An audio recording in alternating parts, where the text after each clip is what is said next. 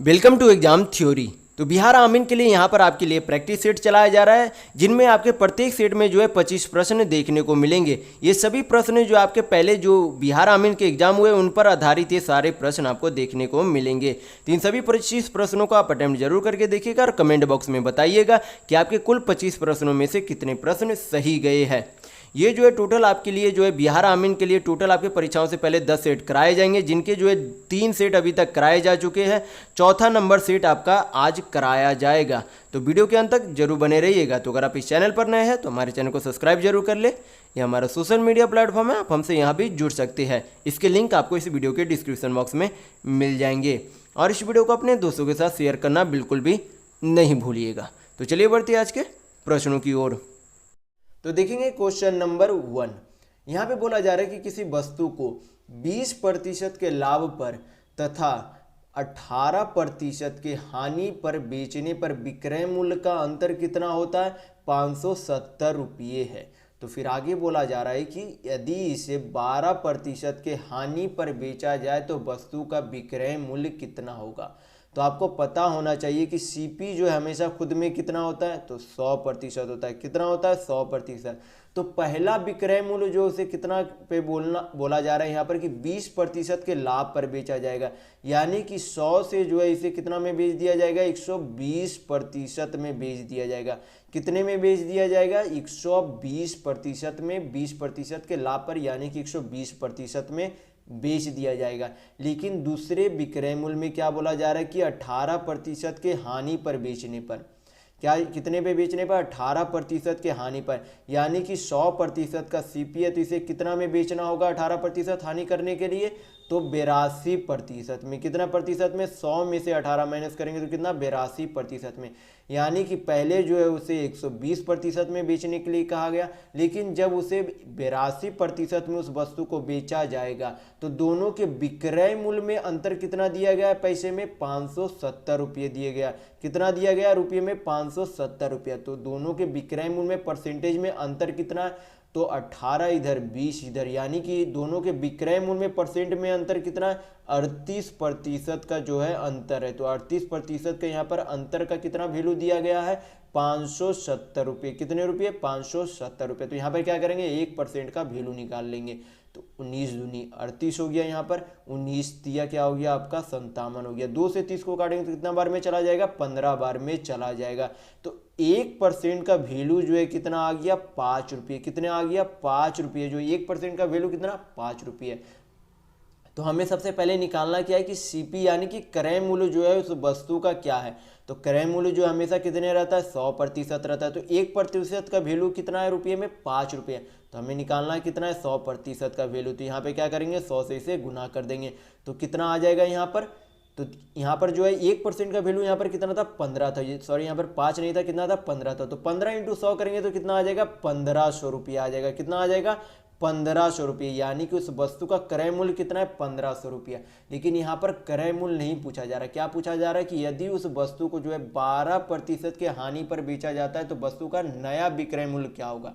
तो 12% को क्या करेंगे? फ्रैक्शन में चेंज करेंगे। क्या करेंगे? फ्रैक्शन में चेंज करेंगे। तो फ्रैक्शन में चेंज करेंगे तो कितना हो जाएगा? 3/25। फ्रैक्शन में, परसेंट को फ्रैक्शन में चेंज करने के लिए आपको हमेशा जो है आना चाहिए। इसे जो है मैं बता देता हूँ किस तरीके से चेंज किया जाता है। तो 12% को परसेंट जब हटाएंगे तो नीचे क्या चला जाएगा? 100 चला जाएगा। 4 से काटेंगे तो 4 तिया 12, नीचे 4 से काटेंगे तो कितना बार में चला जाएगा? 25 बार में। यानी कि 12% को क्या लिख सकते हैं फ्रैक्शन में? 3/25 लिख सकते हैं। क्या लिख सकते हैं? 3/25 लिख सकते हैं। यानी कि कोई वस्तु है जिसका सीपी जो है 25 यूनिट है, लेकिन उसे जो है 3 यूनिट की क्या कर दी जाती है? उसमें हानि हो जाती है। यानी 25 यूनिट का सामान जो है किस में बेच दिया जाता है? 22 यूनिट में बेच दी जाती है।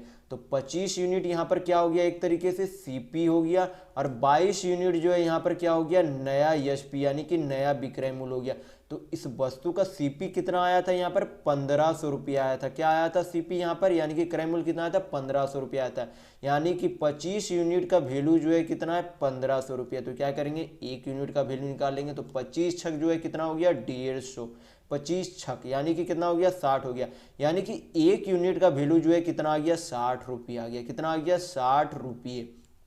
तो हमें चाहिए क्या? नया विक्रय मूल्य यानी कि नया एसपी चाहिए। तो एक यूनिट का वैल्यू 60 रुपया, तो हमें निकालना कितने यूनिट का वैल्यू है, तो 22 यूनिट का वैल्यू निकालना। तो 22 में से क्या करेंगे, 60 को मल्टीप्लाई कर देंगे, तो 22 छक कितना होता है, 132 होता है, और एक शून्य यहाँ पर बढ़ जाएगा। यानी कि नया एसपी जो है कितना आ गया, 1320 रुपये। कितना आ गया, 1320 रुपया नया एसपी आ गया। यानी कि आपका ऑप्शन नंबर 1 बिल्कुल सही होगा। तो चलिए बढ़ते हैं नेक्स्ट क्वेश्चन की ओर। तो देखेंगे क्वेश्चन नंबर 2। ये आपके जो है सिंप्लीफिकेशन के क्वेश्चन है, बोर्ड मास थ्योरम जो आपको हमेशा पता होना चाहिए किसी भी सिंप्लीफिकेशन को बनाने के लिए। तो बी से आपका हो जाता है ब्रैकेट, ओ से ऑफ, हिंदी में कभी कभार इसे का दिया हुआ रहता है, डी से डिवाइड यानी कि भाग, एम से मल्टीप्लाई यानी कि गुना, ए से ऐड यानी कि जोड़, ए से सब्ट्रैक्ट यानी कि घटाव होता है। जो पहले आपका बी है तो ब्रैकेट का सारा हल करेंगे, फिर ओ ऑफ से तो ऑफ का जो है सारा सॉल्यूशन जो है हल करेंगे। तो इसी तरीके से जो पहले है उसे जो है पहले हल करेंगे, जो बाद में उसे जो है बाद में हल करेंगे। तो सबसे पहले क्या करेंगे, छोटा जो अंदर ब्रैकेट का सारा उसे जो है क्या कर लेंगे, हल कर लेंगे। तो यहाँ पर पहले ऑफ है तो यहाँ पर कितना हो जाएगा, 8 चौक 32, फिर यहाँ पर गुना कर देंगे तो कितना हो जाएगा, 16 25 80, और यहाँ पे कितना है प्लस 24, और यहाँ पे क्या है माइनस, यानी कि 24 प्लस 80 कितना हो गया, तो आपका 104 हो जाता है। तो 104 में से कितना चला गया, 32 चला गया, तो कितना हो जाएगा यहाँ पर 4 में से 2, और यहाँ पे 72, यानी कि ब्रैकेट का अंदर का वैल्यू जो है कितना आ गया, 72 आ गया। तो आगे क्या करेंगे, इसे सारा हल कर लेंगे। तो ब्रैकेट का अंदर का वैल्यू 72 भागा 84 है, तो यहाँ पर भागा जो है क्या चलाएगा, 72 के नीचे चलाएगा, इंटू है आगे, तो इंटू यहाँ पर कर देंगे तो कितना हो जाएगा 48। फिर आगे जो है क्या है, यहाँ पर भागा का साइन है, तो भागा भी जो है यहाँ पर क्या आ जाएगा, नीचे 24 आ जाएगा। फिर आगे क्या है, इंटू 6 है, प्लस 4 है, फिर आगे जो है क्या है 3 है। तो सारा हल करेंगे तो क्या आ जाएगा, आपका सिंप्लीफिकेशन का आंसर आ जाएगा। तो यहाँ पर हो गया 24 दूनी 48, यहाँ पर काटेंगे तो कितना हो जाएगा, 42 हो जाएगा।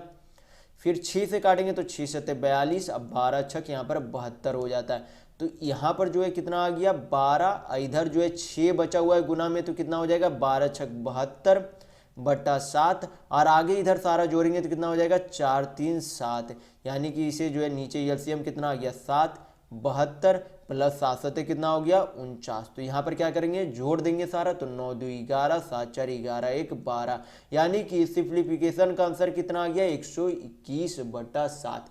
तो इस सिंप्लीफिकेशन का आंसर जो है कौन सा सही होगा, इसका आंसर आपका यहाँ पर जो है बिल्कुल सही होगा कि 121 बटा 7 होगा इस सिंप्लीफिकेशन का आंसर। तो चलिए बढ़ते हैं नेक्स्ट क्वेश्चन की ओर। तो देखेंगे क्वेश्चन नंबर 3। यहाँ पे जो आपका ग्राफ से क्वेश्चन है, ये जो आपका ग्राफ में दिया गया है क्या, कारों की संख्या दी गई है, दी गई कि D1 में जो है 242 कार है, D2 में 262 कार है, इसी तरीके से D10 तक जो है कारों की संख्या दी गई। आपसे पूछा क्या जा रहा है यहाँ पर कि पार्किंग क्षेत्र में सभी 10 दिनों में खड़ी कारों की कुल संख्या कितनी है। तो यानी कि टोटल कारों को जो है, जैसे कि D1 में 242 दिया गया, उसी तरीके से जितने कारें दी गई उनका क्या निकालना है, आपको योग निकालना है। तो D1 में जो है कितनी कारों की संख्या है, तो 242 है। D2 में जो है कितना है, तो 262 है। D3 में जो है 281, D4 में आपका कितना है 309, D5 में 312, D6 में कितना है 314, D7 में 318, D8 में 322, D9 में 346, और D10 में जो है कितना है 356 है। तो सभी को क्या करेंगे, यहाँ पर जोड़ देंगे, वही आपका जो है क्या हो जाएगा, आंसर हो जाएगा। यहाँ पर आपसे पूछा ही जा रहा था कि कारों की कुल संख्या क्या है, तो सभी को क्या करेंगे, यहाँ पर योग निकाल लेंगे।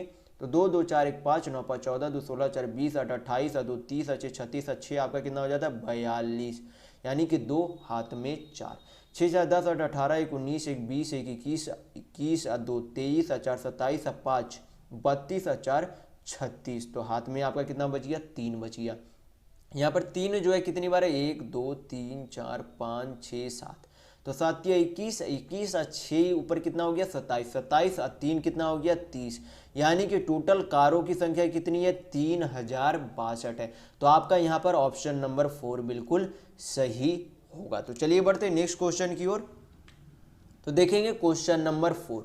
यहाँ पर बोला जा रहा है कि ए किसी कार को कितने दिनों में करता है, अकेले 30 दिन में कर सकता है। फिर बी जो है उसी कार को अकेले कितने दिनों में कर सकता है, तो 60 दिन में कर सकता है। फिर आपसे पूछा जा रहा है कि यदि वे 5 दिन तक एक साथ कार्य करते हैं तो कार का जो है कितना हिस्सा शेष रह जाएगा। तो आपको टाइम एंड वर्क में पता होना चाहिए कि टोटल वर्क यानी कि कुल कार्य बराबर क्या होता है, इफिशियंसी इंटू टाइम होता है। क्या होता है, टोटल वर्क बराबर इफिशियंसी इंटू टाइम होता है। टोटल वर्क यानी कि क्या हो गया, कुल कार्य, इफिशियंसी यानी कि कार्य क्षमता, टी यानी कि आपका समय हो गया। तो यहाँ पर सभी का क्या करेंगे, कार्य क्षमता यानी कि इफिशियंसी निकाल लेंगे। तो ए जो है पहले कितने दिनों में कार्य करता है, 30 दिनों में। बी जो है उसी काम को कितने दिनों में करता है, 60 दिनों में करता है। तो दोनों का क्या निकाल लेंगे, एलसीएम। तो 30 और 60 का एलसीएम कितना होता है, तो 60 होता है। 60 को जब 30 से भाग देंगे तो किसका इफिशियंसी यानी कि कार्य क्षमता आ जाएगा, ए का। तो एक की कितनी कार्य क्षमता आ गई, तो 2 आ गई। 60 को जब 60 से भाग देंगे तो कितना आ जाएगा, 1। यानी कि बी की जो है कार्य क्षमता कितनी है, 1 है। बी की कार्य क्षमता कितनी है, 1 है। तो यहाँ पर दोनों मिलकर जो है कितने दिन तक काम किया, 5 दिन तक। तो एक दिन में दोनों मिलकर जो है कितने यूनिट काम करेगा, ए जो है 2 यूनिट काम करेगा और बी जो है 1 यूनिट काम करेगा। यानी दोनों मिलकर जो है कितने यूनिट काम कर लेगा, 3 यूनिट। तो 3 यूनिट जो है दोनों मिलकर काम करता है। एक दिन में 3 यूनिट काम करता है। तो दोनों मिलकर कितने दिन तक काम किया, 5 दिन तक। तो यहाँ पर क्या आ जाएगा आपका टोटल काम। यहाँ पर क्या हो गया, टोटल एफिशिएंसी हो गया, टोटल टाइम हो गया। तो यहाँ पर क्या निकल जाएगा आपका टोटल वर्क, यानी कि कुल कार्य जो है दोनों के गुना करने पर कितना आएगा, 15। यानी कि दोनों के द्वारा 5 दिन में जो है 15 काम किया गया। लेकिन करना कितना था, 60 काम। करना कितना था, 60 काम। किया गया कितना, 15 काम। तो बचा हुआ कितना है, तो क्या करेंगे, 60 माइनस 15 करेंगे तो आपका क्या आ जाएगा, बचा हुआ काम। तो 60 माइनस 15 करेंगे कितना आ जाएगा, 45। तो बचा हुआ काम कितना है, 45। तो यहाँ पे आपसे पूछा ही क्या जा रहा था कि कार का कितना हिस्सा जो है शेष रह गया। तो बचा हुआ काम कितना है, 45। करना कितना था, 60। यानी कि कितना भाग बचा हुआ रह गया, तो 15 45 यहाँ पर काट देंगे, 15 चौक 60। यानी कि पूरे काम का 3/4 हिस्सा जो है उस काम का जो है बचा हुआ रह गया। यानी कि आपका ऑप्शन नंबर 2 बिल्कुल सही होगा। तो टाइम एंड वर्क में जो आप हमेशा याद रखेंगे कि टोटल वर्क बराबर क्या होता है, इफिशियंसी इंटू टाइम। यानी कि कुल कार्य बराबर कुल कार्य क्षमता इंटू कुल समय होता है। तो आप हमेशा ये याद रखेंगे। तो चलिए बढ़ते हैं नेक्स्ट क्वेश्चन की ओर। तो देखेंगे क्वेश्चन नंबर 5। यहाँ पे बोला जा रहा है कि यक्स जो है किसी कार को कितने अकेले जो है 15 दिन में कर सकता है। वाई अकेले जो है उसी कार को अकेले जो है कितने दिनों में कर सकता है, 30 दिन में कर सकता है। फिर आगे बोला जा रहा है कि यक्स, वाई तथा जेड जो है एक साथ मिलकर उस काम को जो है कितने दिनों में कर सकते हैं, 9 दिन में कर सकते हैं। तो बोला जा रहा है कि जेड जो है उस कार को अकेले कितने दिनों में कर सकता है। तो अभी आपको बताया गया कि टोटल वर्क इक्वल टू जो है क्या होता है, इफिशियंसी इंटू टाइम। यानी कि कुल कार्य बराबर कुल कार्य क्षमता इंटू कुल समय होता है। तो क्या करेंगे, सभी की जो है पहले कार्य क्षमता निकाल लेंगे। तो यक्स जो है उस काम को कितने दिनों में करता है, अकेले 15 दिनों में। वाई जो है उसी काम को अकेले कितने दिनों में करता है, 30 दिनों में। और यक्स, वाई और जेड तीनों मिलकर जो है उसी काम को कितने दिनों में करता है, 9 दिनों में करता है। तो तीनों का क्या निकाल लेंगे, यहाँ पर कार्य क्षमता निकाल लेंगे। तीनों का क्या निकालेंगे, यहाँ पर कार्य क्षमता। तो सबसे पहले क्या करेंगे, तीनों संख्याएं का एलसीएम ले लेंगे। तो 15, 30, 9 का एलसीएम कितना होता है यहाँ पर, तो यहाँ पर 90 एलसीएम हो जाएगा। कितना एलसीएम हो जाएगा, 90। तो 90 को जब 15 से भाग देंगे तो कितना बार में चला जाएगा, 6 बार में। यानी यक्स की कार्य क्षमता कितनी हो गई, 6 हो गई। 90 को जब 30 से भाग दिया जाएगा तो कितना बचेगा, यहाँ पर 3। यानी कि वाई की कार्य क्षमता कितनी हो गई, 3 हो गई। और 90 को जब 9 से भाग दिया जाएगा तो कितना आ जाएगा, 10। यानी कि तीनों को मिलाकर जो है कार्य क्षमता कितनी है, तो 10 है। तो यक्स की कार्य क्षमता 9 है, वाई की कार्य क्षमता 3 है। यानी कि दोनों मिलाकर कार्य क्षमता कितनी है, तो 9 है। दोनों मिलाकर यक्स और वाई की कार्य क्षमता कितनी है, 9 है। और तीनों मिलाकर कार्य क्षमता कितनी है, 10 है। तो यहाँ पर से क्या निकल जाएगा, जेड की कार्य क्षमता आपकी निकल जाएगी। तो क्या करेंगे, 10 माइनस जब 9 करेंगे तो किसका कार्य क्षमता निकल जाएगा, जेड का कार्य क्षमता। यानी कि जेड की कार्य क्षमता कितनी है, 1 है। क्योंकि यक्स जो है यहाँ पर 6 कार्य क्षमता से करता है, यानी कि इसमें यक्स माइनस कर देते हैं। और वाई भी जो है कितने, 3 कार्य क्षमता से माइनस कर देते हैं, यानी कि वाई को भी माइनस कर दिए। तो यहाँ पर से क्या निकल जाएगा, जेड की कार्य क्षमता। तो जेड की कार्य क्षमता कितनी आ गई, 1 आ गई। और 1 कार्य क्षमता, करना कितना काम है उसे, 90 काम करना है। तो 90 काम बटा 1 की कार्य क्षमता से, तो उसको समय कितना लगेगा, 90 दिन लगेगा। यानी जेड को जो है उस काम को करने में कितना दिन लगेगा, 90 दिन लगेगा। क्योंकि यहाँ पे आपको फार्मूला में बताया गया कि टोटल वर्क बराबर क्या होता है, इफिशियंसी बाई टाइम। तो इफिशियंसी को हम कहाँ लिख सकते हैं, टोटल वर्क के नीचे यहाँ पर जो है लिखा जा सकता है। तो आपका क्या निकल जाएगा, टाइम, यानी कि समय निकल जाएगा। तो समय निकालने के लिए हमने क्या किया, कुल कार्य को ऊपर लिख दिया, नीचे जो है क्या लिख दिया, कुल इफिशियंसी को लिख दिए। तो यहाँ पर क्या आ गया, आपका कुल समय आ गया। यानी कि जेड को जो है उस कार्य को करने में कितना समय लगेगा, 90 दिन लगेंगे। तो चलिए बढ़ते हैं नेक्स्ट क्वेश्चन की ओर। तो देखेंगे क्वेश्चन नंबर 6। यहाँ पे बोला जा रहा है कि नाव की अनुप्रवाह गति जो है कितनी है, 14 किलोमीटर प्रति घंटा है। यानी कि नाव जो है धारा की दिशा में कितने की स्पीड से चलता है, यानी कि चाल से, तो 14 किलोमीटर प्रति घंटा की चाल से। और नाव की जो है उधर प्रवाह यानी कि अपस्ट्रीम, यानी कि धारा के विपरीत दिशा में जो है उसकी चाल कितनी है, 10 किलोमीटर प्रति घंटा। तो यहाँ पर बोला गया कि वह नाव शांत जल में 72 किलोमीटर की दूरी को जो है तय करने में कितना समय लगेगा। तो सबसे पहले हमें शांत जल में नाव की गति, यानी कि हमें नाव की गति निकालनी पड़ेगी। तो नाव की गति निकालने का जो है फार्मूला क्या होता है, जो आपका अपस्ट्रीम यानी कि जो आपका धारा की दिशा में जो चाल है और जो धारा के विपरीत दिशा में चाल है, दोनों का योग बटा 2 होता है। यानी कि यहाँ पर कितना हो जाएगा, 14 + 10 बटा 2 होता है। तो नाव की चाल जब भी आपसे पूछी जाए और आपका जो है चाल दिया हुआ रहे कि धारा के दिशा में जाने पर जो है 14 किलोमीटर चाल है, जिस तरीके से यहाँ पर धारा के विपरीत दिशा में यहाँ पर चाल दिया हुआ है, तो दोनों का योग करके क्या करेंगे, बटा 2 कर देंगे। तो यहाँ पर दोनों का योग यहाँ पर करेंगे तो कितना आ जाएगा, 24 बटा 2। तो यानी कि नाव का चाल जो है कितना है, 12 किलोमीटर प्रति घंटा। यानी कि नाव का चाल कितना है, 12 किलोमीटर प्रति घंटा। तो आपको जाना कितना है, 72 किलोमीटर जाना है। तो आपको पता होना चाहिए फार्मूला कि समय बराबर क्या होता है, समय बराबर दूरी बटा चाल होता है। समय बराबर क्या हो जाता है, दूरी बटा चाल। समय आपका टाइम हो गया, दूरी यानी कि डिस्टेंस, चाल यानी कि स्पीड आपका हो गया। तो समय बराबर क्या होता है, दूरी बटा चाल। हमें निकालना क्या है, समय यानी कि टाइम निकालना है। तो दूरी कितनी दी गई है, 72 किलोमीटर दिया गया। चाल यहाँ पर जो हमें प्राप्त हो गया है कि नाव की चाल जो है कितना है, 12 किलोमीटर है, 12 किलोमीटर प्रति घंटा। नीचे क्या लिख देंगे, 12। 72 को 12 से काटेंगे तो कितना बार में चला जाएगा, 6 बार में चला जाएगा। यानी कि समय जो है कितना आ गया, 6 आवर आ गया। क्या आ गया, 6 आवर। यानी कि उस नाव को जो है 72 किलोमीटर चलने के लिए कितना समय लगेगा, 6 घंटे लगेंगे। यानी कि आपका ऑप्शन नंबर 4 बिल्कुल सही होगा। तो चलिए बढ़ते हैं नेक्स्ट क्वेश्चन की ओर। तो देखेंगे क्वेश्चन नंबर 7। यहाँ पे बोला गया है 14 बच्चों का औसत वजन कितना है, 22 केजी है। फिर आगे बोला जा रहा है यदि अध्यापक का वजन भी जो है उसमें शामिल कर लिया जाता है तो औसत वजन कितना हो जाता है, अब 23 किलोग्राम हो जाता है। पहले औसत वजन कितना था, 22 था। अध्यापक के आने के बाद जो है उसमें औसत वजन कितना हो जाता है, 23 किलोग्राम हो जाता है। तो पूछा जा रहा है कि आपसे कि अध्यापक का वजन कितना है। तो यहाँ पर जो है पहले मैं इसे जो है आपको शॉर्टकट तरीके से बता देता हूँ, फिर आपको जो है बेसिक तरीके से बता दिया जाएगा। तो यहाँ पर जो है सबसे पहले औसत वजन कितना था, 22 किलोग्राम था। यानी कि जो नए अध्यापक आए उनका भी जो है 22 किलोग्राम तो अवश्य ही होगा, क्योंकि यहाँ पर जो उसके आने के बाद जो है अध्यापक के आने के बाद उनका जो है औसतन क्या हो गया, वृद्धि भी हो गई।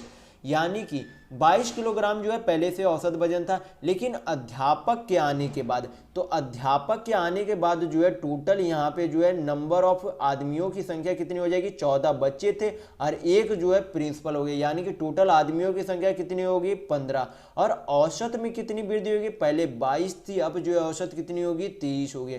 यानी कि औसत में कितनी वृद्धि हो गई, 1। यानी कि अध्यापक के आने के बाद टोटल उम्र में वृद्धि कितनी हो गई, तो 15 की जो है वृद्धि हो गई। यानी कि 22 उम्र जो औसत है उसमें क्या करेंगे, 15 को जोड़ देंगे तो आपका क्या निकल जाएगा, नए अध्यापक जो अध्यापक प्रवेश किया स्कूल में उनका जो है क्या निकल जाएगा, उम्र निकल जाएगी। तो यहाँ पर क्या करेंगे, इसे जोड़ देंगे तो कितना आ जाएगा, 37 आ जाएगा। यानी कि जो टीचर जो स्कूल में शामिल हुए उनका जो वजन कितना है, 37 किलोग्राम है। तो यहाँ पर जो आपको शॉर्टकट तरीके से आशा करता हूँ समझ में आ गया होगा। तो यहाँ पर क्या करेंगे, बेसिक तरीके से जो है मैं आपको समझा देता हूँ कि इसे किस तरीके से बनाया जाता है। तो यहाँ पर जो है क्या बोला गया है यहाँ पर कि 14 बच्चों का जो औसत वजन कितना है, 22 किलोग्राम है। तो क्या निकाल लेंगे यहाँ पर, 14 बच्चों का जो है क्या निकाल लेंगे, टोटल जो है कितने किलो के जो है बच्चे हैं। तो यहाँ पर 14 × 22 करेंगे तो 14 दूनी 28, 14 दूनी 28 यानी कि कितना हो जाएगा टोटल 308। फिर यहाँ पर क्या करेंगे, 14 बच्चे पहले थे, एक जो है उसमें प्रिंसिपल शामिल हो गए, यानी कि टोटल आदमियों की संख्या कितनी हो गई, 15 हो गए। तो क्या करेंगे, 15 में अबर जो है नए औसत कितना हो गया, 23 हो गया, यानी कि 15 आदमियों का नया औसत कितना हो गया, 23 हो गया। तो यहाँ पे क्या निकाल लेंगे, 14 बच्चे प्लस एक प्रिंसिपल का टोटल का जो है उम्र का योग यहाँ पर निकल जाएगा। 15 × 23 करेंगे तो 15 दूनी 30, 15 तिया 45, यानी कि टोटल कितना हो गया, 345। तो क्या करेंगे, 345 - 308 करेंगे तो क्या निकल जाएगा, अध्यापक का वजन निकल जाएगा। तो क्या करेंगे, 345 माइनस क्या कर देंगे, 308, तो कितना आ जाएगा, यहाँ पर 7, यहाँ पर 3, यानी कि टीचर जो स्कूल में शामिल हुए उनका जो है वजन कितना है, 37 किलोग्राम है। तो दोनों तरीके से जो आपका आंसर एक ही आएगा। आपके जो है नियम बदलने से आपका आंसर कभी भी नहीं बदलता है। तो यहाँ पर जो आपका ऑप्शन नंबर 2 बिल्कुल सही होगा। तो चलिए बढ़ते हैं नेक्स्ट क्वेश्चन की ओर। तो देखेंगे क्वेश्चन नंबर 8। तो यहाँ पर क्वेश्चन में बोला जा रहा है कि 3000 रुपये की राशि 20% प्रति वर्ष के चक्रवृद्धि ब्याज दर पर निवेश किया जाता है, तो 2 वर्षों का चक्रवृद्धि ब्याज कितना होगा। तो आपसे क्या पूछा जा रहा है, 2 वर्षों का चक्रवृद्धि ब्याज पूछा जा रहा है। तो 20% को क्या करेंगे, फ्रैक्शन में चेंज कर लेंगे। क्या करेंगे, फ्रैक्शन में चेंज करेंगे तो कितना हो जाएगा, 1/5 हो जाएगा। मैं आपको पहले ही बता चुका हूँ कि फ्रैक्शन में किस तरीके से चेंज किया जाता है। तो 20% को जो है फ्रैक्शन में चेंज करेंगे तो कितना हो जाएगा, 1/5 हो जाएगा। यानी कि 5 यूनिट का वैल्यू जो है 1 साल के बाद जो है कितना हो जाता है, 6 हो जाता है। यानी कि 1 साल का कोई राशि है 5 यूनिट, वो जो है दूसरे अगले साल में जो है ब्याज लगाकर कितना हो जाता है, 6 यूनिट हो जाता है। फिर अगले साल में यहाँ पर समय कितना दिया गया, 2 वर्ष, इसे जो है क्या करेंगे, 2 बार दोहराएंगे। यानी कि अगले साल भी 5 यूनिट की राशि जो है कितनी हो जाती है, 6 हो जाती है। यानी कि इधर जो आप गुना करेंगे तो आपका क्या रहेगा, प्रिंसिपल यानी कि मूलधन होगा, और इधर जो गुना करेंगे वो आपका क्या होगा, मिश्र धन यानी कि अमाउंट होगा। तो यहाँ पर क्या करेंगे, 5 × 5 = 25, आपका ये क्या है, मूलधन है। और 6 × 36 ये आपका क्या है, मिश्र धन है। तो आपका मूलधन क्या दिया गया है, यहाँ पर 3000 दिया गया है। तो 25 यूनिट बराबर जो आपका कितना वैल्यू है, 30,000 रुपये। कितना वैल्यू है, 30 यहाँ पर 3000 है, 30,000 नहीं है, यहाँ पर कितना है, 3000। तो 25 से जो है यहाँ पर क्या निकाल देंगे, काटेंगे तो 1 यूनिट का वैल्यू निकल जाएगा। किसका वैल्यू निकल जाएगा, 1 यूनिट का। तो 25 से काटते हैं तो 25 एक बार में, फिर 5 बचा, यानी कि 25 दूनी 50, 120, यानी कि 1 यूनिट का वैल्यू कितना, 120 रुपया। तो प्रिंसिपल आपका 25 यूनिट है, अमाउंट यानी कि मिश्र धन आपका कितना, 36 यूनिट है।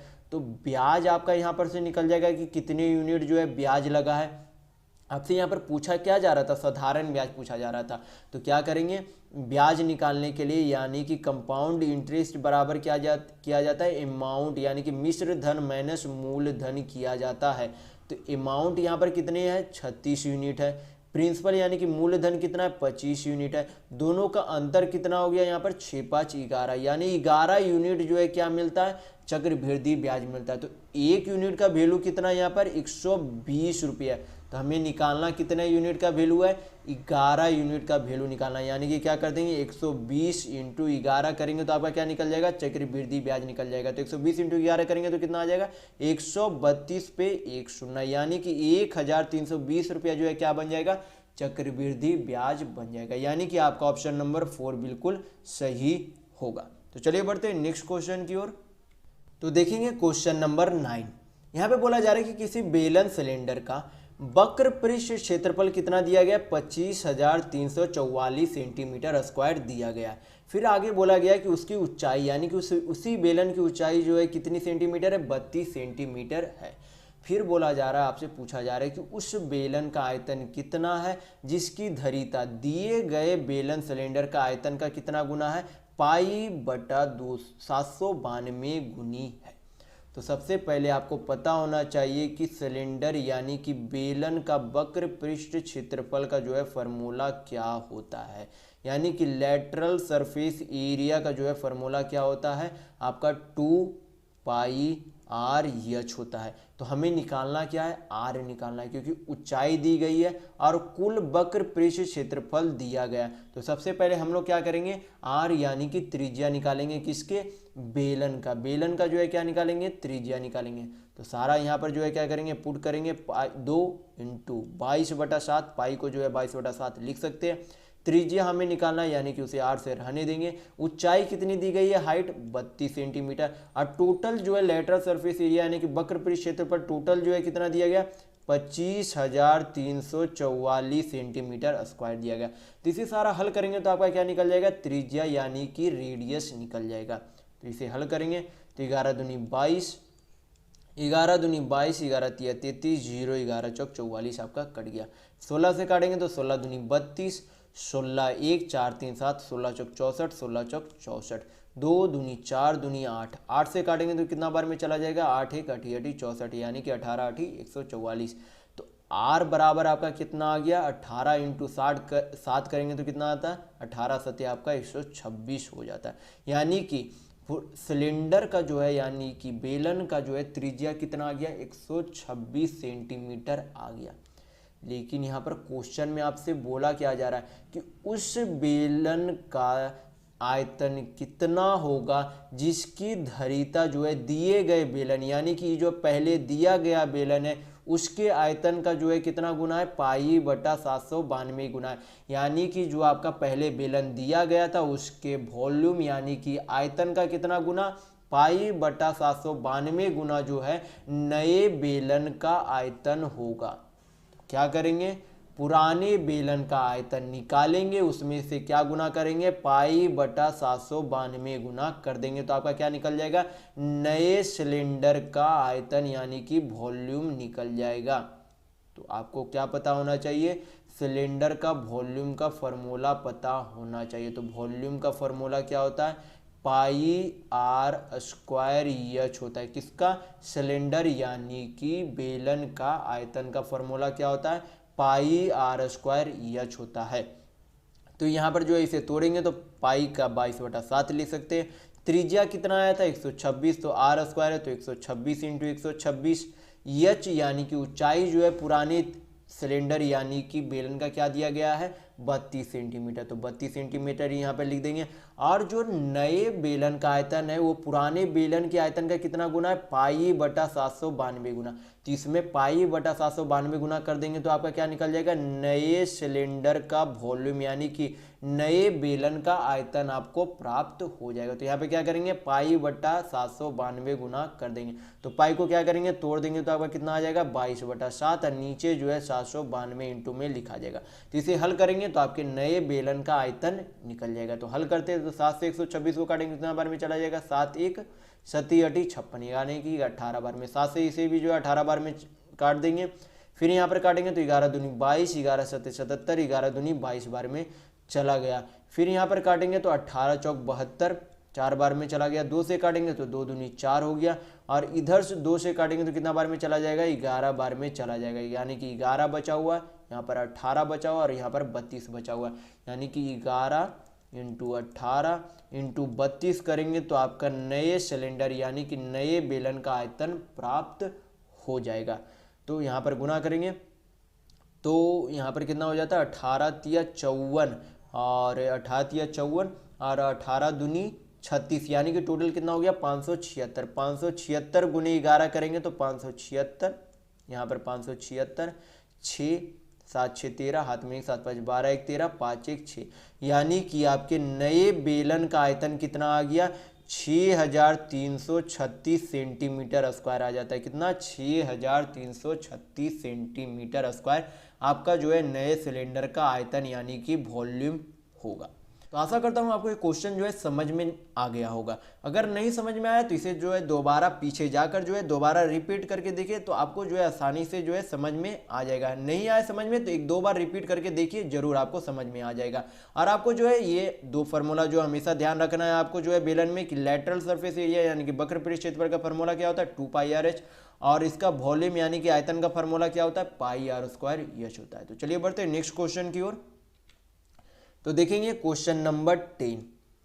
यहाँ पर देखेंगे, यहाँ पर आपको ग्राफ दिया गया, ग्राफ में क्या दिया गया है, कारों की संख्या दी गई है। तो यहाँ पर आपसे पूछा क्या जा रहा है कि D10 में खड़ी कारों की संख्या D1 में खड़ी कारों की संख्या से कितने प्रतिशत अधिक है। तो D10 में जो है कितना कार है, तो D10 में कारों की संख्या जो है कितनी है, 356 है, और D1 में जो है कारों की संख्या कितनी है, 242 है। तो कितना अधिक है D10 में, तो दोनों को माइनस करेंगे तो कितना आ जाएगा 4, यहाँ पर 1, यहाँ पर 1, यानी कि 114 कार्य जो है D10 में अधिक है किससे, D1 से। तो यहाँ पर परसेंटेज पूछा जा रहा है, क्या पूछा जा रहा है, कितना अधिक है। तो अधिक जो है यहाँ पर निकालना किससे, कि D1 से जो है कितना प्रतिशत अधिक है। तो D1 पर जो है यहाँ पर पूछा जा रहा है परसेंटेज निकालने के लिए, तो D1 को नीचे लिख देंगे, परसेंट में चेंज करने के लिए 100 से मल्टीप्लाई कर देंगे, जिसे हल करेंगे तो आपका क्या आ जाएगा, यहाँ पर परसेंट आ जाएगा कि कितने प्रतिशत अधिक है। तो 2 से यहाँ पर काटेंगे, 5 दूनी 10, 2 सते 14, यहाँ पर 12 दूनी 24, 121, तो 121 को जो है किससे भाग देंगे, 5700 से, किससे, 5700 से भाग देंगे। यहाँ पर 4 बार में, तो 4 12 चौक 48, यहाँ पर 2, यहाँ पर हो जाएगा 8 8 16, यहाँ पर एक बार में 0, तो यहाँ पर काटेंगे, यहाँ पर 7 बार में 7 12 सत्ते 84, यहाँ पर कितना हो जाता है 12 सत्ते 84, यहाँ पर आपका कितना हो जाएगा, सॉरी यहाँ पर जो है 10 6, यहाँ पर आपका कितना हो जाएगा 6 होगा, तो यहाँ पर कितना हो जाएगा 12 सत्ते 84, कितना हो जाएगा 12 सत्ते 84, तो यहाँ पर माइनस आपका होगा तो कितना बच जाएगा, यहाँ पर 13 बच जाएगा, तो कितना हो जाएगा पॉइंट हो जाएगा। तो यहाँ पर ऑप्शन में मिलाएंगे आपका 47 पॉइंट किसका आ रहा है, तो 47 पॉइंट आपका जो है किस में आ रहा है, ऑप्शन नंबर 3। तो आपका ऑप्शन नंबर 3 यहाँ पर बिल्कुल सही होगा। तो चलिए बढ़ते हैं नेक्स्ट क्वेश्चन की ओर। तो देखेंगे क्वेश्चन नंबर 11। यहाँ पे बोला गया कि किसी वस्तु पर 20% की छूट देने के पश्चात कोई दुकानदार जो है 30% का लाभ कमाता है। तो आपसे पूछा जा रहा है कि अंकित मूल्य जो है लागत मूल्य से का जो है कितना प्रतिशत है, यानी अंकित मूल्य जो है लागत मूल्य का कितना प्रतिशत है। तो आपसे सीधा पूछा जा रहा है कि अंकित मूल्य जो है कितने प्रतिशत है, कि अंकित मूल्य आपका कितने प्रतिशत है। तो आपको हमेशा जो है पता होना चाहिए, मैं भी काफ़ी बार जो है पहले वाले वीडियो में बता चुका हूँ, सीपी जो है खुद में कितना होता है 100% होता है। कितना होता है खुद में 100% होता है। उसे जो है क्या बोला गया कि 30% लाभ कमाता है बेचने पर, यानी कि 100% का सामान 30% का लाभ कमाएगा तो उसे बेचना कितने में पड़ेगा, 130% में। कितने में बेचना पड़ेगा, 130%। तो यानी कि एसपी जो है कितना हो जाएगा, यानी कि विक्रय मूल्य कितना हो जाएगा, 130% हो जाएगा। लेकिन आगे क्या बोला गया, 130% यानी कि 30% लाभ कमाने से पहले कोई मूल्य जो है उस पर अंकित की गई थी और उस पर क्या किया गया, 20% का छूट दिया गया था। तो यहाँ पर मार्क्ड प्राइस जो है क्या मान लेंगे, यहाँ पर यक्स मान लेते, क्या मान लेते, यक्स मान लेते। अब 20% को जो है क्या करेंगे, फ्रैक्शन में चेंज करेंगे। तो फ्रैक्शन में चेंज करेंगे तो कितना हो जाएगा, 1/5। मैं आपको पहले ही बता चुका हूँ फ्रैक्शन में किस तरीके से चेंज किया जाता है। तो यहाँ पर 20% को क्या लिख सकते हैं, फ्रैक्शन में यहाँ पर 1/5 लिख सकते हैं। यानी कि 5 की कोई मार्क्ड प्राइस वस्तु, यानी कि अंकित मूल्य वस्तु जो है उसमें कितने की छूट दी जाती है, 1 यूनिट की छूट दी जाती है। यानी कि 5 यूनिट की कोई वस्तु को जो है 1 यूनिट की छूट में, यानी कि 4 यूनिट में जो है बेच दी जाती है। यानी कि मार्क्ड प्राइस अंकित मूल्य कितना है, 5 यूनिट, और उसे 4 यूनिट में बेच दी जाती है। यानी कि एसपी यानी कि सेलिंग प्राइस यानी कि विक्रय मूल्य जो है कितना है, 4 यूनिट है। तो यहाँ पे परसेंट में जो है टोटल परसेंट एसपी का कितना आया था, 130%। यहाँ पर एसपी यूनिट में कितना है, 4 यूनिट, यानी कि 4 यूनिट बराबर जो है कितना है, 130% के बराबर है। तो 1 यूनिट बराबर कितना हो जाएगा, 130 बटा कितना हो जाएगा, 4 हो जाएगा। तो हमें निकालना क्या है, मार्क्ड प्राइस यानी कि अंकित मूल्य निकालना है। तो अंकित मूल्य जो है कितना यूनिट है, तो 5 यूनिट है। तो इसमें क्या कर देंगे, 5 यूनिट का यहाँ पर जो है 5 यूनिट का जो है वैल्यू निकालने के लिए, 1 यूनिट का वैल्यू 130/4 है, तो 5 यूनिट का वैल्यू निकालने के लिए इसमें क्या करेंगे, 5 से मल्टीप्लाई कर देंगे। तो कितना आ जाएगा, 13×5 = 65, यानी कि 650/4 आ जाएगा। क्या आ जाएगा, 650/4। 2 से काटेंगे तो 2 दूनी 4, 32 दूनी 64, 2×5 = 10। 225 को 2 से डिवाइड करेंगे तो कितना आ जाएगा, 16 दूनी 32, 2 दूनी 4, यानी कि 162.5% जो है क्या आ जाएगा, अंकित मूल्य आ जाएगा। यानी कि आपका ऑप्शन नंबर 1 जो है बिल्कुल सही होगा। तो चलिए बढ़ते हैं नेक्स्ट क्वेश्चन की ओर। तो देखेंगे क्वेश्चन नंबर 12। यहाँ पे बोला गया है कि किसी वर्ग की अंतः त्रिज्या यानी कि इनर रेडियस तथा परित्रिज्या यानी कि सर्कम रेडियस का अनुपात क्या होगा। तो सबसे पहले यहाँ पर क्या कर लेंगे, एक वर्ग बना लेंगे, उसके अंदर जो है क्या बोला गया है, एक सर्कल है, उसके अंदर एक सर्कल है तभी तो कोई त्रिज्या होगी। और एक जो आपका क्या है, वर्ग के ऊपर सर्कल है। यहाँ पर सर्कल सही ढंग से नहीं बना है तो यहाँ पर जो आप इसे मैनेज करेंगे। तो यहाँ पर जो एक स्क्वायर के अंदर एक सर्कल है, एक स्क्वायर के ऊपर एक सर्कल है, उसके अंदर जो है क्या है, एक रेडियस है, और एक रेडियस जो है क्या है, एक सर्कल जो ऊपर है उसका रेडियस है। तो जब भी आपको जो है, मान लीजिए यहाँ पर जो है स्क्वायर यानी कि वर्ग की साइड जो है क्या है, ए है, यहाँ पर वर्ग की साइड क्या मान लिए, ए मान लिए।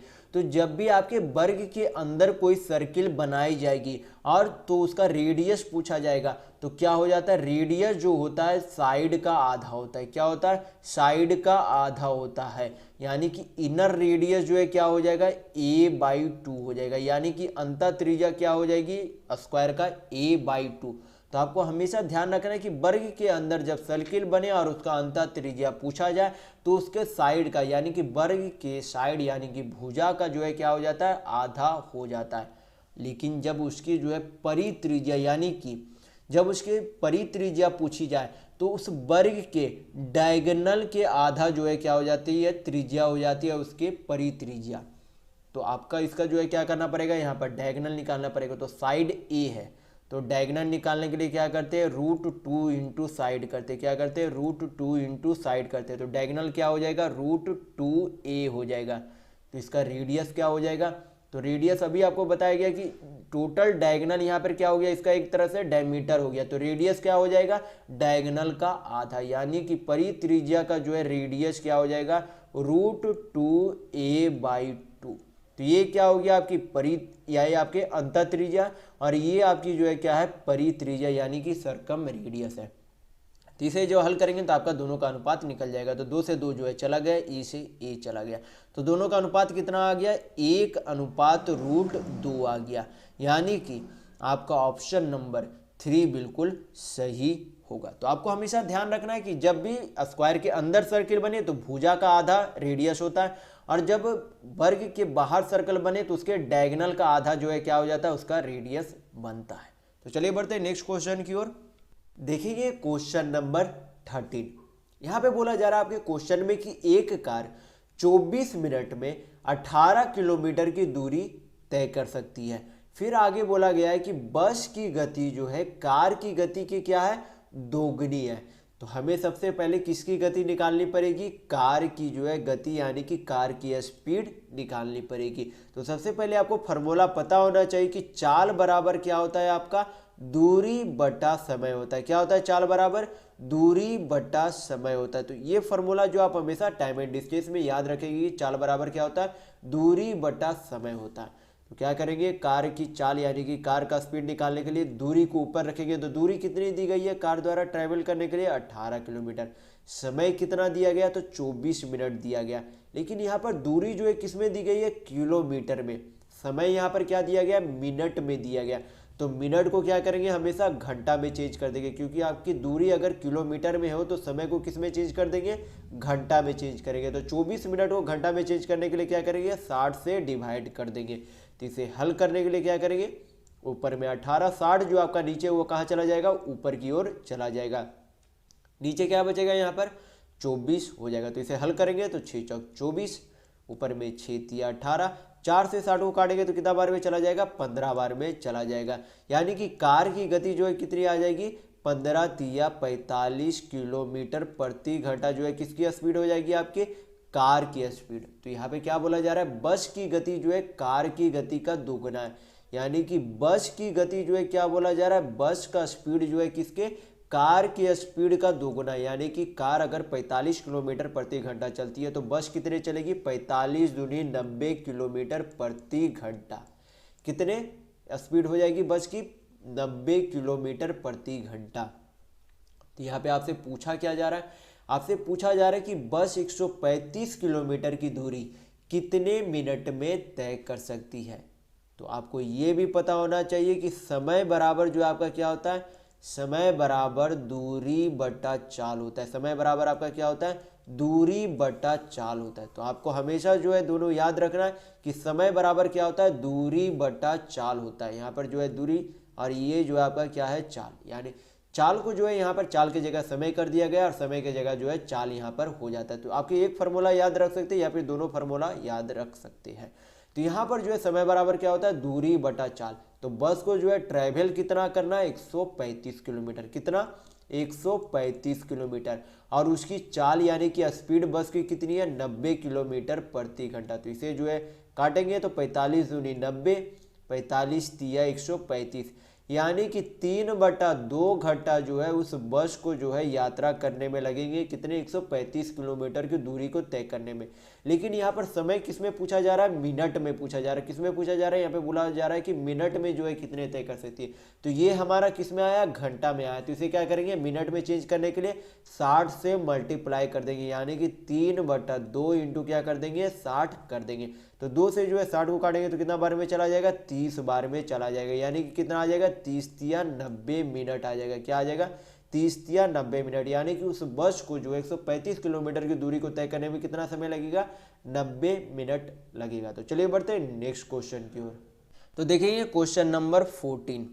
यहाँ पे दिया गया कि एक वर्ग का विकर्ण जो है यानी कि डायगोनल जो है कितना है 24 सेंटीमीटर है। तो आपसे पूछा जा रहा है कि परिमाप क्या होगा। तो किसी भी वर्ग का यानी कि वर्ग का डायगोनल का फॉर्मूला जो आपका क्या होता है, √2 इंटू साइड होता है। क्या होता है, √2 इंटू साइड होता है। किसका, डायगोनल का फॉर्मूला होता है किसमें, वर्ग में। वर्ग में डायगोनल का फॉर्मूला क्या होता है, √2 इंटू साइड होता है, यानी कि √2 इंटू साइड बराबर जो है क्या दिया गया 24 सेंटीमीटर दिया गया।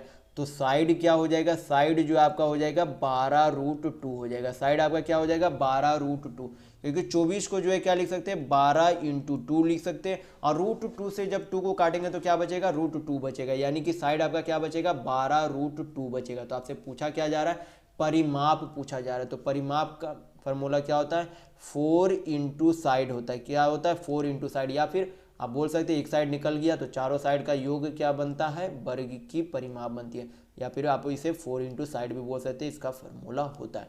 तो साइड कितना दिया गया है 12√2 दिया गया। तो 4 साइड निकालने के लिए क्या करेंगे, यानी कि परिमाप निकालने के लिए क्या करेंगे 4 से गुना कर देंगे, तो क्या निकल जाएगा पेरीमीटर, यानी कि परिमाप निकल जाएगा। तो कितना हो जाएगा 12 चौक 48 √2 किसका परिमाप हो जाएगा, वर्ग का। तो आपका ऑप्शन नंबर 1 बिल्कुल सही होगा। तो चलिए बढ़ते हैं नेक्स्ट क्वेश्चन की ओर। तो देखेंगे क्वेश्चन नंबर 15। यहाँ पर बोला गया कि ए जो है बी से 15% अधिक है। फिर आपसे पूछा गया कि बी ए से कितना प्रतिशत कम है। तो पहले जो है बोला क्या गया कि ए जो है बी से कितना अधिक है 15% अधिक है, यानी कि बी मान लीजिए 100% है, ए जो है कितना हो जाएगा 115% हो जाएगा। दोनों को जो है अनुपात में चेंज करेंगे तो कितना हो जाएगा, यहाँ पर 23 हो जाएगा, ये पास से काटेंगे तो अब 20/25 ये हो जाएगा, यानी ए और बी का अनुपात कितना हो गया 23:20 हो गया। तो यहाँ पर बोला जा रहा है बी जो है ए से कितने प्रतिशत कम है। तो कम कितना है 3 कम है। किससे कम यहाँ पर बोला जा रहा है, ए से कितने प्रतिशत कम है। तो नीचे क्या लिखेंगे ए लिखेंगे, परसेंट में चेंज करने के लिए किससे गुणा करेंगे 100 से मल्टीप्लाई करेंगे, यानी कि 300/23 से जो है क्या करना है 300 को 23 से डिवाइड करेंगे तो आपका क्या निकल जाएगा प्रतिशत कमी निकल जाएगी। तो 23 आपका 1/7 यानी कि 23×3 फिर 0.04 आपका क्या आ जाएगा परसेंट में आंसर आ जाएगा, यानी कि आपका ऑप्शन नंबर 4 बिल्कुल सही होगा। तो चलिए बढ़ते हैं नेक्स्ट क्वेश्चन की ओर। तो देखेंगे क्वेश्चन नंबर 16। यहाँ पर x प्लस वाई का वैल्यू कितना दिया गया है 52 दिया गया है। x माइनस वाई का वैल्यू कितना दिया गया है 20 दिया गया है। x और y का जो है मान पूछा गया है। तो ये जो है बहुत आसान प्रश्न है, इसे जो है आसानी से आप हल कर सकते हैं। यहाँ पर जो है क्या बोला गया है x प्लस वाई कितना दिया गया था पहले शुरुआत में 52, x माइनस वाई कितना दिया गया था 20। इसे हल करेंगे तो y plus y minus y क्या हो जाएगा कट जाएगा, x 2x हो गया। 52 और 20 जो है कितना हो जाएगा 72 जोड़ेंगे तो 2 से 72 को काटेंगे कितना बार में 36 बार में चला जाएगा, यानी कि x का वैल्यू कितना आ गया 36। तो x का वैल्यू किसी एक इक्वेशन में क्या करेंगे पुट कर देंगे, जैसे कि यहाँ पर y का वैल्यू x का वैल्यू जो है क्या पुट कर देंगे यहाँ पर 36 पुट कर दिए तो 36 जो है इधर की ओर चला जाएगा, यानी कि 52 माइनस 36 करेंगे तो क्या निकल जाएगा y का वैल्यू निकल जाएगा। तो 52 माइनस 36 करेंगे तो कितना आ जाएगा 4 उधर आपका 12 4 16 आ जाएगा। यहाँ पे आपसे पूछा क्या जा रहा है कि x और y का अनुपात क्या होगा। तो x का वैल्यू कितना है 36 अनुपात y का वैल्यू कितना है 16, दोनों को क्या करेंगे 4 से कट रहा है तो 4 से काट देंगे, 4 9 36 4 16, यानी कि x और y का जो है कितना अनुपात हो गया 9:4। यानी कि आपका ऑप्शन नंबर 1 बिल्कुल सही होगा। तो चलिए बढ़ते हैं नेक्स्ट क्वेश्चन की ओर। तो देखेंगे क्वेश्चन नंबर 17। यहाँ पे बोला गया है कि किसी वस्तु का लागत मूल्य यानी कि सीपी जो है क्रय मूल्य कितना दिया गया, 1800 रुपया। फिर बोला जा रहा है यदि लाभ जो है 32% है तो विक्रय मूल्य कितना है। तो 32% को सबसे पहले क्या करेंगे, फ्रैक्शन में चेंज कर देंगे। किस में चेंज कर देंगे, फ्रैक्शन में चेंज करेंगे। तो कितना आ जाएगा, यहाँ पर ऊपर में 8 और नीचे में जो है कितना आ जाएगा, 25 आ जाएगा। यानी कि 25 यूनिट का कोई वस्तु जो है 8 यूनिट के लाभ में बेच दिया गया। यानी कि किसी का वस्तु का सीपी, यहाँ पर एसपी लिख देते, यानी कि किसी वस्तु का जो है क्रय मूल्य 25 यूनिट है, उसे जो है 8 यूनिट के लाभ पर, यानी कि 25 8 कितना हो गया आपका 33, यानी कि 33 यूनिट में जो है बेच दी गई। तो लागत मूल्य यहाँ पर कितना दिया गया है, 1800, यानी कि 25 यूनिट का वैल्यू जो है कितना है, 1800 रुपये। तो 25 से क्या करेंगे, 1800 काटेंगे तो 1 यूनिट का वैल्यू हमें निकालने के लिए यहाँ पर आ जाएगा। तो 25 से जो है यहाँ पर काटेंगे तो 25 7 175, 25 दूनी 50, यानी 1 यूनिट का वैल्यू जो है कितना हो गया, 72। आपसे पूछा क्या जा रहा है, विक्रय मूल्य यानी कि एसपी पूछा जा रहा है। तो एसपी जो है यूनिट में कितना है, 33 यूनिट है। 1 यूनिट का वैल्यू कितना है, 72 है। तो 33 यूनिट का वैल्यू निकालने के लिए क्या करेंगे, 33 से गुना कर देंगे। तो 72 दिया, 3 दूनी 6, 7 21, यहाँ पर भी जो है क्या हो जाएगा, 216 जोड़ देंगे तो 6 6 1 7, 2 1 3 2, यानी कि आपका एसपी जो है कितना आ गया, 3376 रुपये जो है क्या हो गया, आपका एसपी हो गया। यानी कि उस वस्तु का विक्रय मूल्य कितना है, 2376 रुपया। तो चलिए बढ़ते हैं नेक्स्ट क्वेश्चन की ओर। तो देखेंगे क्वेश्चन नंबर 18। यहाँ पे बोला गया है कि किसी मूलधन पर 5% वार्षिक ब्याज की दर से 2 वर्ष का साधारण ब्याज तथा चक्रवृद्धि ब्याज का अंतर कितना है, 25 रुपये है। तो आपसे पूछा जा रहा है कि मूलधन जो है कितना है। तो आपको जो है एकमात्र फॉर्मूला, जब आपको चक्रवृद्धि ब्याज या साधारण ब्याज का 2 वर्षों का अंतर दिया हुआ है, तो एक फार्मूला आप हमेशा याद रखेंगे। इससे जो है काफ़ी जल्दी जो है इस प्रश्न को हल कर लिया जाता है। तो P इंटू आर स्क्वायर बट्टा 10,000 इक्वल टू जो आपका क्या हो जाता है, CI यानी कि कंपाउंड इंटरेस्ट माइनस SI यानी कि सिंपल इंटरेस्ट। P से आपका हो गया प्रिंसिपल यानी कि मूलधन, R से रेट यानी कि दर, CI से आपका कंपाउंड इंटरेस्ट यानी कि चक्रवृद्धि ब्याज, SI से आपका सिंपल इंटरेस्ट। इक्वल टू में आपका क्या आ गया, चक्रवृद्धि ब्याज माइनस साधारण ब्याज। यहाँ पे क्या करेंगे, सभी पुट कर देंगे तो आपका क्या निकल जाएगा, मूलधन निकल जाएगा। तो मूलधन हमें निकालना तो उसे किसे, P से डिनोट कर देंगे। R यानी कि आपका जो है दर कितना दिया गया, 5%। तो यहाँ पर 5 पचे 25 हो जाएगा। क्या करना, ऊपर में आर स्क्वायर करना, तो 5 पचे 25, नीचे कितना 10,000। दोनों यानी कि चक्रवृद्धि ब्याज या साधारण ब्याज का अंतर यहाँ पर कितना दिया गया, 25 रुपया। तो इक्वल टू क्या लिख देंगे, 25 रुपया लिख देंगे। 25 से 25 चला गया यानी कि प्रिंसिपल। तो मूलधन आपका कितना आ गया, 10,000 रुपये आ गया। तो ये आपका क्या निकल गया, मूलधन, यानी कि उस राशि का मूलधन जो है कितना था, 10,000 रुपये। तो आपका ऑप्शन नंबर 2 बिल्कुल सही होगा। तो ये फार्मूला जो आपको हमेशा याद रखना है कि जब 2 वर्षों का जो है चक्रवृद्धि ब्याज साधारण ब्याज का अंतर दिया हुआ रहे और आपसे प्रिंसिपल या फिर रेट ये सब पूछे, तो आपका क्या, ये फार्मूला जो आपको हमेशा याद रखना है। इससे जो है आसानी से ये मैथ जो है हल हो जाते हैं। तो चलिए बढ़ते हैं नेक्स्ट क्वेश्चन की ओर। तो देखेंगे क्वेश्चन नंबर 19। ये भी जो है आपका सिंप्लीफिकेशन का क्वेश्चन है। पहले ही जो है आपको इस वीडियो में बता चुका हूँ कि बोडमास थ्योरम क्या होता है। तो इसे जो है सारा क्या करेंगे, हल करेंगे। तो यहाँ पर 39 भागा 26 है, तो 39 बटा 26 हो जाएगा। तो काटेंगे 13 से, तो कितना 13 तिया 39, 13 दूनी 26 हो जाएगा। प्लस का साइन आ गया तो प्लस दे देंगे। यहाँ पर 22 को 11 से डिवाइड करेंगे तो कितना बार में चला जाएगा, 2 बार में। कितना बार में, 22 को जब 11 से डिवाइड करेंगे तो कितना बार में चला जाएगा, 2 बार में। तो इतना का कितना आ गया, वैल्यू 2 आ गया। फिर 2 इंटू 2 है तो 2 दूनी कितना हो जाएगा, 4 हो जाएगा। तो यहाँ पर 4 लिख देंगे, प्लस का साइन है तो प्लस दे देंगे। और 4 इंटू 3 है यानी कि 4 तिया कितना हो जाएगा, 12। तो ऊपर का सारा हल हो गया, तो नीचे का हल करेंगे। तो यहाँ पर कितना हो गया, 2 ऑफ 5 है तो कितना हो जाएगा, 5 दूनी 10। यहाँ पर माइनस है तो माइनस का साइन माइनस यहाँ पे लिख देंगे। अंदर जो है सारा ब्रैकेट का क्या करेंगे, पहले हल कर लेंगे। तो 10 को जब 2 से भाग देंगे तो कितना आ जाएगा, 5 आ जाएगा। और यहाँ पर कितना हो गया, 3 तिया 9 हो गया, यानी कि 7 प्लस 5 माइनस 9 हो गया। तो 7 5 12, 12 में से 9 गया तो कितना बचा, 3 बचा। 3 से जो है क्या करेंगे, बाहर का जो 3 है उससे क्या करेंगे, मल्टीप्लाई करेंगे। तो 3 तिया कितना हो जाएगा, 9। यहाँ पर माइनस का साइन है तो माइनस का साइन रहने देंगे। और यहाँ पर कितना आ गया, 9 हो गया। बाकी हल करेंगे तो आपका क्या आ जाएगा, इस सिंप्लीफिकेशन का आंसर आ जाएगा।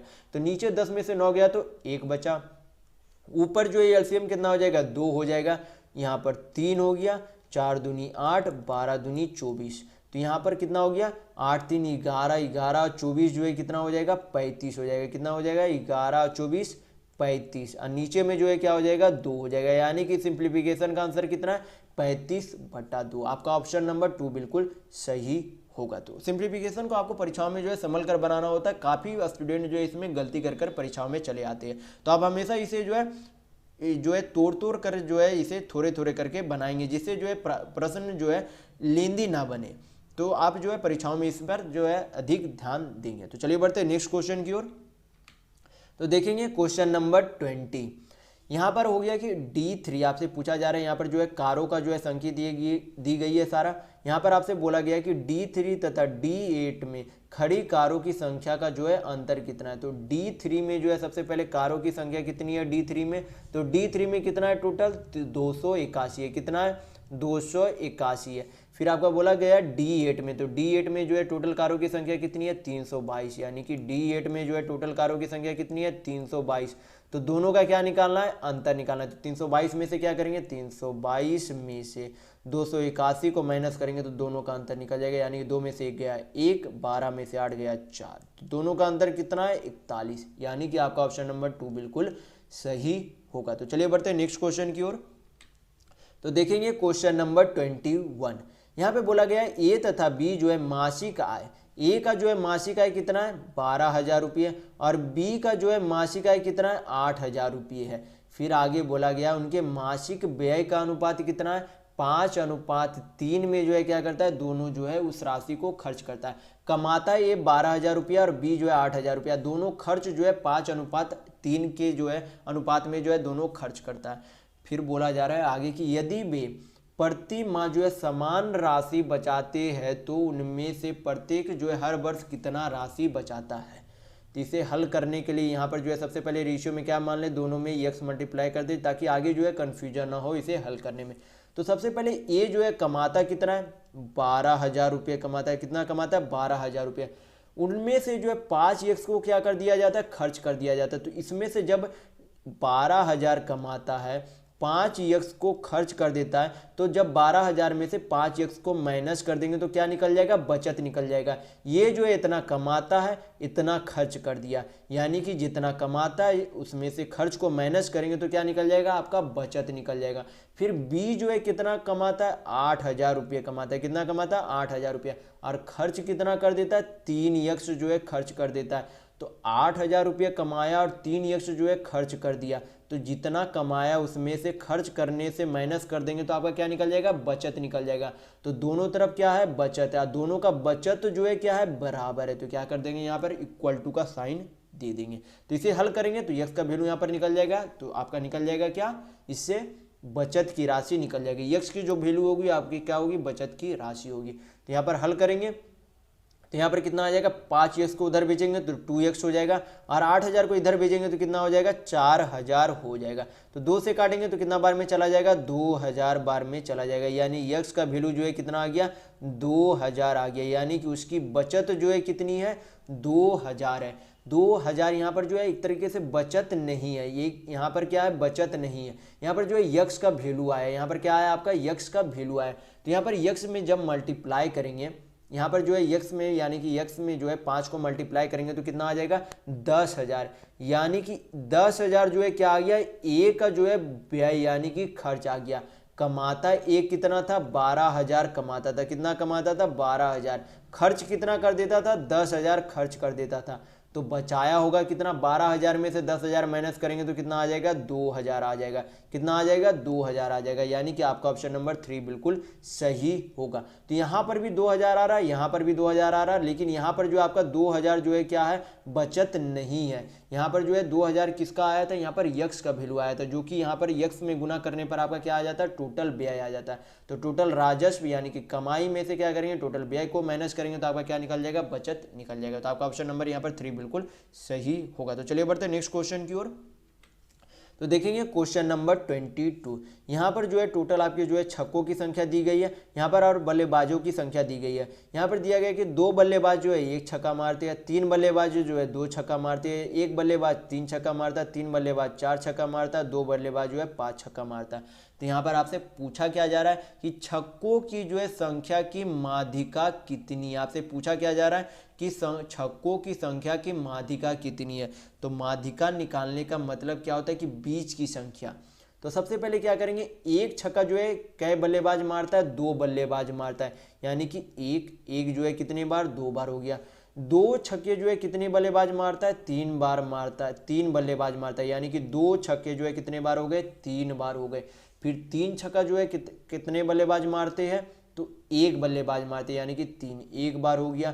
4 छक्का जो है कितने बल्लेबाज मारता है, तो 3 बल्लेबाज मारते हैं, तो 4 छक्का 3 बल्लेबाज, तो 4 को 3 बार लिख देंगे। और 5 छक्का जो है 2 बल्लेबाज मारते हैं, तो यहाँ पर 5 को 2 बार लिख देंगे। तो माध्यिका निकालने के लिए क्या किया जाता है, बीच के संख्याओं को यहाँ पर लिया जाता है। तो टोटल संख्याएं यहाँ पर कितनी है, तो 3 2 5 1 6, और इधर भी जो है यहाँ पर टोटल जो है इधर आपका क्या है, 5 है, इधर भी आपका टोटल 5 है। तो बीच की संख्या यहाँ पर कौन सी हो गई, 3, यानी कि इस संख्या का माध्यिका जो है कितना हो जाएगा, 3, यानी कि आपका ऑप्शन नंबर 4 बिल्कुल सही होगा। तो माध्यिका जो है इस तरीके से असेंडिंग ऑर्डर में जो आपको क्या होना है, करना होता है, दर्शा देना होता है, और उसके बाद जो आपको बीच की संख्याएं जो होती है वो आपकी क्या होती है, माध्यिका यानी कि मीडियन होता है। तो चलिए बढ़ते हैं नेक्स्ट क्वेश्चन की ओर। तो देखेंगे क्वेश्चन नंबर 23। यहाँ पर बोला क्या गया है, 3 को जो है संख्याएं दी गई है फ्रैक्शन में, उसका पूछा जा रहा है कि महत्तम समावर्तक क्या होगा। तो जब आपको इस तरीके से फ्रैक्शन में दिया हुआ नंबर रहे, महत्तम समावर्तक पूछे, तो ऊपर के सारे संख्या को क्या करे, ऊपर के सारे संख्या का क्या ले ले, HCF यानी कि महत्तम ले ले। क्या ले ले, महत्तम ले ले। तो 7 21 49 का हमें जो यहाँ पर साफ HCF दिख रहा है कि तीनों का HCF कितना है, 7 है। कितना है यहाँ पर, 7 तीनों का HCF दिख रहा है, क्योंकि 7 जो है 7 का 7 गुणज यहाँ पर बनता है, 21 भी जो है 7 का गुणज है, और 49 में भी जो है 7 का गुणज है, यानी कि HCF जो है तीनों में क्या है, 7 है। और नीचे वाली जो संख्या रहेगी उसका क्या ले लेंगे, LCM यानी कि लघुत्तम समावर्तक ले लेंगे। क्या ले लेंगे, लघुत्तम ले लेंगे। तो 16 32 और 8 का LCM जो है कितना बनता है, तो 32 LCM बनता है। कितना LCM बनता है, 32 LCM बनता है। इसे जो है आप इसे जो है हल करना चाहेंगे तो इस तरीके से 2 पे पावर 4 इसे लिख सकते हैं। 2 पे पावर 4 इंटू 2 4 16 दूनी 32, यानी कि 2 पे पावर 5 हो जाएगा, और 2 पे पावर 3। तो तीनों में जो LCM लेंगे सबसे बड़ी वाली संख्या, यानी 2 पे पावर 5 जो है क्या हो जाएगा, LCM हो जाएगा, यानी कि 32 जो है क्या हो जाएगा, LCM हो जाएगा। तो इस तरीके से आप जो है इसे हल कर सकते हैं LCM निकालने के लिए। तो इसका जो है महत्तम समावर्तक पूरी संख्या को क्या हो गया, 7/32 हो गया, यानी कि आपका ऑप्शन नंबर 4 बिल्कुल सही होगा। तो जब आपको महत्तम समावर्तक निकालने के लिए बोले तो ऊपर का सारा महत्तम ले ले और नीचे का क्या ले ले, LCM ले ले। और जब आपको LCM यानी कि लघुत्तम समावर्तक निकालने के लिए बोला जाए तो ऊपर का क्या ले ले, LCM यानी कि लघुत्तम ले ले, और नीचे का महत्तम यानी कि HCF ले लेंगे। तो चलिए बढ़ते हैं नेक्स्ट क्वेश्चन की ओर। तो देखेंगे क्वेश्चन नंबर 24। यहाँ पे दिया गया है कि x + y + z का मान जो है टोटल कितना है, 360 है, तथा x अनुपात y अनुपात z अनुपात का जो है यहाँ पर वैल्यू कितना दिया गया है, 4:3:2 दिया गया है। आपसे पूछा गया है कि y + z - x का जो है मान क्या होगा। तो सबसे पहले क्या कर लेंगे, सभी जो है यूनिट में वैल्यू दिया गया है। x का कितना यूनिट वैल्यू है, 4 यूनिट, y का 3 यूनिट, और z का जो है 2 यूनिट वैल्यू है, यानी कि टोटल यूनिट में वैल्यू कितना है, तो 4 3 7 2 9, और तीनों का जो है योग कितना है, तो 360 है, यानी कि यहाँ से क्या निकल जाएगा, 1 यूनिट का वैल्यू निकल जाएगा। कितने का वैल्यू निकल जाएगा, 1 यूनिट का वैल्यू। तो 360 को क्या करेंगे, 9 से काटेंगे तो कितना बार में चला जाएगा, 9 चौक 36, यानी कि 40 बार में चला जाएगा। यहाँ पे पूछा क्या जा रहा है कि y + z - x क्या होगा। तो y + z क्या करेंगे, यहाँ पर यूनिट में पहले वैल्यू देख लेते कि y + z क्या है, 3 2 5 है, यानी कि y + z जो है यूनिट में वैल्यू कितना है, 3 2 5, और x जो है यूनिट में वैल्यू कितना है, 4 है, यानी कि 5 - 4। तो पूछा क्या जा रहा है, 5 - 4 जो है 1 यूनिट। तो 1 यूनिट का वैल्यू जो है पहले से यहाँ पर क्या निकला, 40, यानी कि y + z - x का वैल्यू कितना होगा, 40 होगा। तो चलिए बढ़ते हैं नेक्स्ट क्वेश्चन की ओर। तो देखेंगे क्वेश्चन नंबर 25। यहाँ पर दिया गया है P और Q और R R तथा P का जो औसत कितना दिया गया 13, 14 और 12 दिया गया। आपसे पूछा जा रहा है कि Q का आयु कितनी होगी, यानी कि P प्लस Q का क्या निकाल लेंगे, पहले योग निकाल लेंगे। P और Q का औसत कितना दिया गया 13 दिया गया, नंबर ऑफ संख्या कितना है 2 है, तो 2 से मल्टीप्लाई करेंगे 13 को तो क्या निकल जाएगा P प्लस Q का वैल्यू, यानी कि P प्लस Q का योग निकल जाएगा। तो P प्लस Q का जो है योग कितना है 13 दूनी 26 है। फिर आगे जो उसी तरीके से करेंगे तो Q प्लस R, 2 संख्याएं हैं तो 14 में 2 से मल्टीप्लाई करेंगे तो क्या निकल जाएगा Q प्लस R, यानी कि Q और R का योग निकल जाएगा तो 14 दूनी 28 हो जाएगा। फिर आगे करेंगे R प्लस P तो कितना हो जाएगा 12 दूनी 24 हो जाएगा। इसमें भी क्या करेंगे 2 से मल्टीप्लाई कर देंगे, दो नंबर ऑफ संख्या कितनी है 2 है, तो यहाँ पर सभी को जोड़ेंगे तो यहाँ पर जो है 2P हो जाएगा, यहाँ पर जो है पूरा जोड़ने पर क्या हो जाएगा 2P 2Q 2R बनता, और इधर जोड़ेंगे तो 6 4 10 8 18 2 3 6 1 7, तो 2 से यहाँ पर काट देंगे तो कितना बार में चला जाएगा 39 बार में, यानी कि P plus Q plus R जो है टोटल कितना है 39 है। हमें पूछा क्या जा रहा है Q की आयु पूछी जा रही है। तो सबसे पहले देखेंगे Q जो है किसमें नहीं है, Q जो है इसमें नहीं है, तो जब PQR में से R प्लस P को जो है माइनस करेंगे तो आपका क्या निकल जाएगा Q का वैल्यू निकल जाएगा। किसका वैल्यू निकल जाएगा Q का वैल्यू निकल जाएगा। जब P plus Q plus R में से R माइनस P करेंगे तो क्या निकल जाएगा P जो है R जो है आपका कट जाएगा, यानी कि Q का वैल्यू निकल जाएगा। तो क्या करेंगे इधर भी जो है 39 माइनस क्या कर देंगे 24 कर देंगे, तो कितना आ जाएगा यहाँ पर 5 और 1, यानी कि Q का जो है उम्र कितना है तो 15 वर्ष है, यानी कि आपका ऑप्शन नंबर 3 बिल्कुल सही होगा। तो चलिए इस वीडियो में बस इतना ही।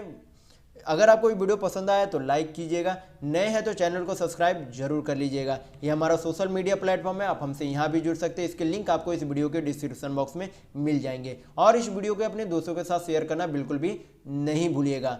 तो इस वीडियो में बस इतना ही, मिलते हैं अगले वीडियो में, तब तक के लिए धन्यवाद।